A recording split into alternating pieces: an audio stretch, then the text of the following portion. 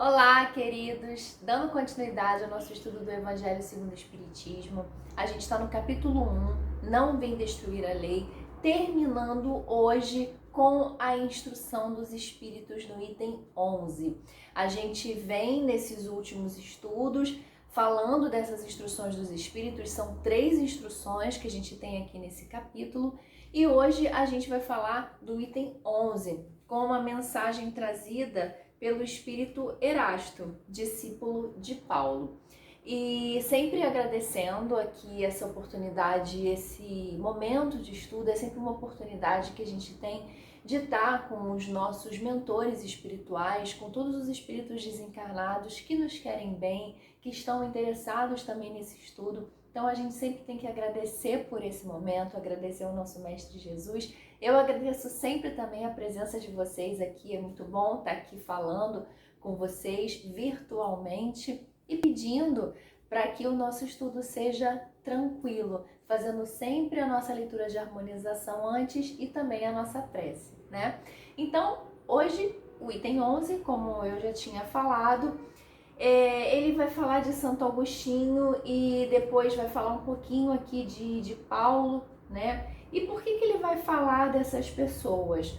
Porque tem relação com o dever de casa que eu deixei para vocês no vídeo passado. Eu não sei se vocês estão vendo esse vídeo pela primeira vez ou se vocês estão acompanhando na playlist, mas no último vídeo, quando a gente falava aqui do item 10 e no finalzinho a gente comentou dos São Bernardos, né, onde vem um recado do espírito Fenelon falando para que nós sejamos modernos São Bernardos. Ele menciona aqui que começou a nova cruzada, e aí eu deixei esse dever de casa, né? Eu falei, vamos dar uma pensada, o que vocês entenderam disso?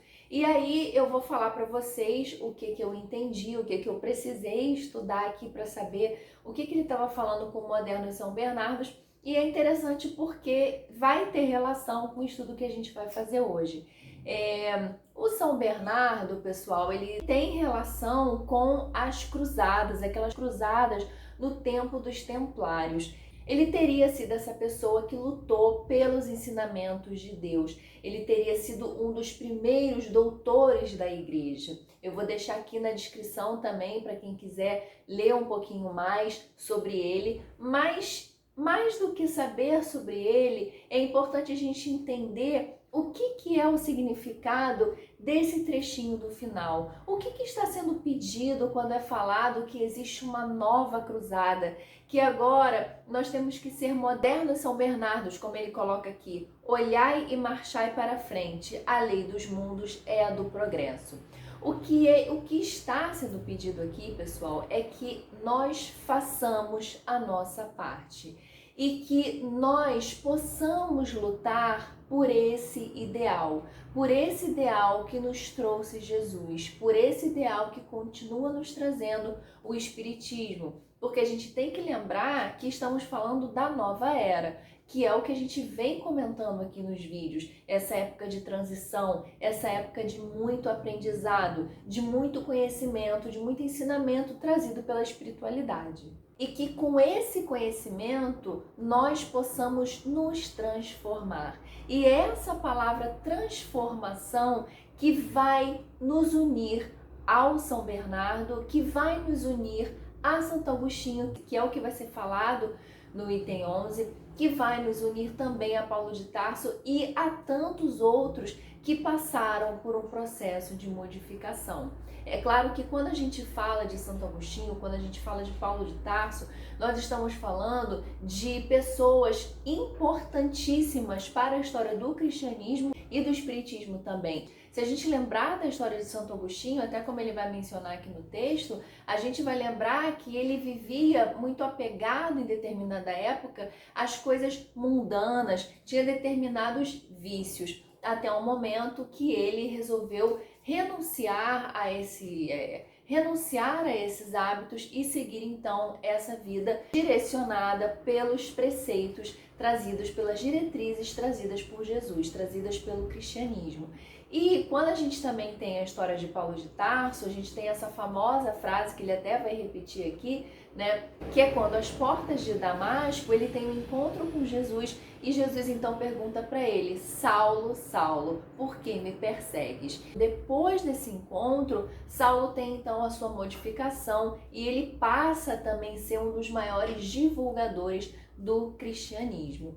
Esse finalzinho do item 10 que a gente viu no vídeo passado, ele vai se ligar com esse item que a gente vai ver hoje, no sentido de que nós também precisamos fazer essa transformação.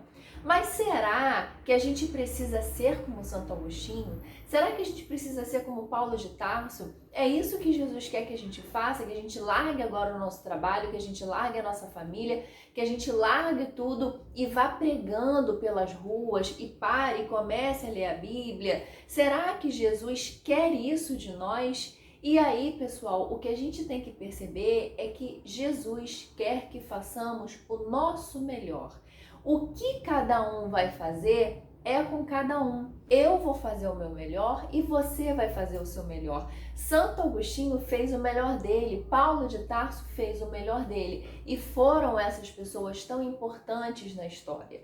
Mas a gente vai fazer aquilo que nos é possível. A gente vai fazer a nossa parte. E o que acontece é que muitas vezes nos baseamos nesses grandes nomes da história e queremos também acabar com a miséria, acabar com a fome, resolver todos os problemas do mundo, sendo que ficamos no muito grande, no muito alto e esquecemos de fazer a parte pequena, que é a parte que nos cabe. Porque mesmo que a gente quisesse, mesmo que a gente tivesse toda essa força de vontade, não nos seria possível fazer tanta coisa assim. O que Jesus quer de nós é a nossa transformação e a nossa dedicação, não igual a de outra pessoa, mas a nossa movimentação, a nossa mudança, a nossa reforma íntima, a nossa dedicação. Então, nesse item 11, ele fala: Santo Agostinho é um dos maiores vulgarizadores do espiritismo. Manifesta-se quase por toda parte. Existe uma frase muito conhecida de Santo Agostinho, que é aquela que fala que vamos evoluir, né? Vamos melhorar, seja pelo amor ou pela dor. Isso é uma coisa que a gente consegue perceber no nosso dia a dia. São às vezes algumas transformações, algumas coisas que precisamos mudar na nossa vida. A gente já sabe, mas vai empurrando com a barriga. E num determinado momento vem a vida e dá aquela rasteira porque não tem mais jeito. Então a gente tinha a possibilidade de mudar pelo amor. A gente tinha a oportunidade de às vezes chegar perto daquela pessoa, perdoar aquela pessoa, se aproximar dela pelo amor. Mas como a gente fica ali com aquele nosso orgulho, com medo, enfim, são muitos sentimentos que nos fazem ter as atitudes que temos, mas aí a gente fica naquela situação, vem a vida, coloca essas duas pessoas ou mais pessoas envolvidas numa situação e obrigatoriamente elas vão se perdoar, elas vão ter que conviver juntas. Então é isso que Santo Agostinho nos fala, né? Que ou a gente vai pelo amor e se não for pelo amor, vai pela dor, não vai ter jeito. E aí ele continua: a razão disso encontramos-la na vida desse grande filósofo cristão. Pertence ele à vigorosa falange dos pais da igreja, aos quais deve a cristandade seus mais sólidos esteios. E aí guardando semelhança também com o que a gente viu de São Bernardo no texto anterior. Como vários outros, foi arrancado ao paganismo, ou melhor, à impiedade mais profunda pelo fulgor da verdade. Quando, entregue aos maiores excessos, sentiu em sua alma aquela singular vibração que o fez voltar a si e compreender que a felicidade estava alhures, que não nos prazeres enervantes e fugitivos. Quando, afinal, no seu caminho de Damasco, também lhe foi dado ouvir a santa voz aclamar-lhe: Saulo, Saulo, por que me persegues? Exclamou: meu Deus, perdoai-me, creio, sou cristão. Então aqui ele faz referência àquilo que eu comentei no início, né? Aquela passagem que se dá com Paulo de Tarso, antes Saulo. E é por isso que ele fala no seu caminho de Damasco, porque cada um de nós tem um caminho para Damasco. Cada um de nós vai ter esse momento do encontro com Jesus. É aquele momento da nossa vida que tudo parece que está dando errado. A gente tenta se encher de coisas materiais. É um trabalho que está faltando, é um companheiro que está faltando, é dinheiro que está faltando, é saúde que está faltando. E às vezes a gente já tem tudo isso, mas ainda fica um vazio aqui dentro. Eu não sei se você já sentiu isso, eu não sei se você já passou por isso, mas é falta de algo maior. É falta de algo que faça sentido na nossa vida. É por isso que a gente sente esse vazio. E aí eu não estou falando de ter simplesmente uma religião, porque tem muita gente que tem uma religião, mas ainda sente o vazio. Eu estou falando de uma ligação mais forte, de algo que faça sentido para você. Porque foi através desse sentimento, dessa ligação, que essas pessoas que a gente está falando aqui conseguiram fazer as suas mudanças, as suas transformações. Então, quando ele fala de Santo Agostinho, ele menciona muito essa parte aqui, ó, quando ele fala entregue aos maiores excessos.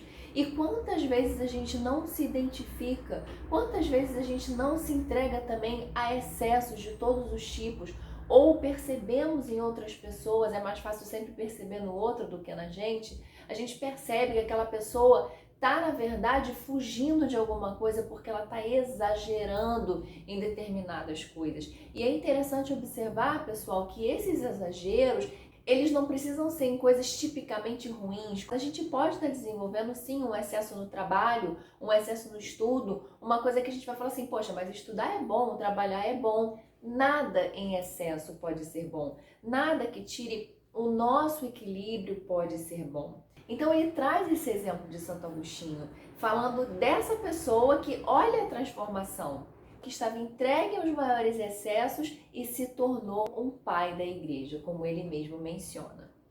E aí ele continua, e desde então tornou-se um dos mais fortes sustentáculos do Evangelho.